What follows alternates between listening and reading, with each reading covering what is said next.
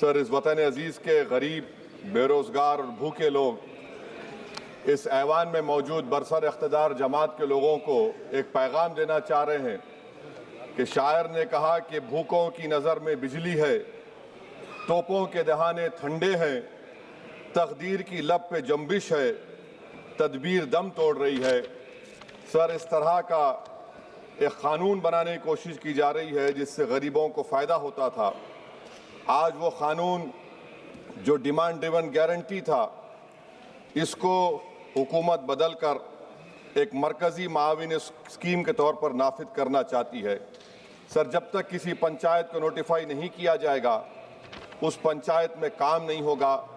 حکومت کی یہ پالیسی ہمیشہ یہ رہی ہے کہ ہر اختیار کو حاصل کرنا چاہتے ہیں اور ایک ڈکٹیٹر کی طرح وہ حکومت کو چلانا چاہتے ہیں۔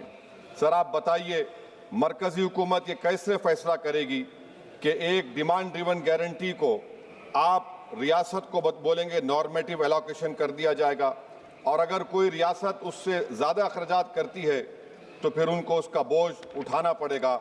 مطالبہ پر مبنی گارنٹی کو ایک سپلائی ڈیمانڈ پروگرام پہ تبدیل کیا جا رہا ہے۔ سر، سال میں 60 دن بلیک آؤٹ ہوگا، کسی کو کام نہیں ملے گا۔ اس بلیک آؤٹ کے 60 دن کے بلیک آؤٹ سے خواتین کو اور جن کے پاس زمین نہیں ہے، لینڈ لیس لوگوں کو بہت بڑا نقصان ہوگا۔ یہ قانون اگر بنے گا تو زمیندار خوشیاں منائیں گے اور غریب اس زمیندار کے رحم و کرم پر رہے گا۔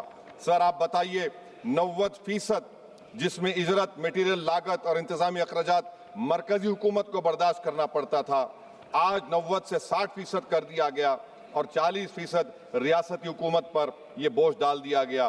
مقصد ایک ہی ہے کہ اس قانون کو قتل کر دیا جائے، ختم کر دیا جائے۔ کون سی ایسی بھارت میں ریاست ہے جس کے پاس پیسے ہے؟ بتائیے آپ۔ مارچ کے مہینے میں ہر ریاست اپنا بجٹ بنائے گی، کون سی ریاست کے پاس پیسہ ہے؟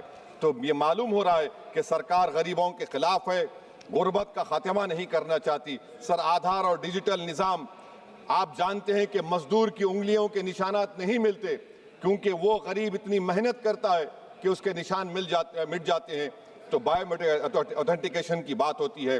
سر، جولائی 2025 میں NSS کی رپورٹ ہے کہ بائیو میٹرک سے نقصان ہو رہا ہے۔ تو سر، میں اس اسکیم کے اور اس قانون کے خلاف ہوں، اور میں اپنی بات کو ختم کرتا ہوں کہ کسی شاعر نے اچھا کہا تھا کہ جس کھیت سے دہقان کو میسر نہ ہو روسی، اس کھیت کے گوشے گندم کو جلا دو۔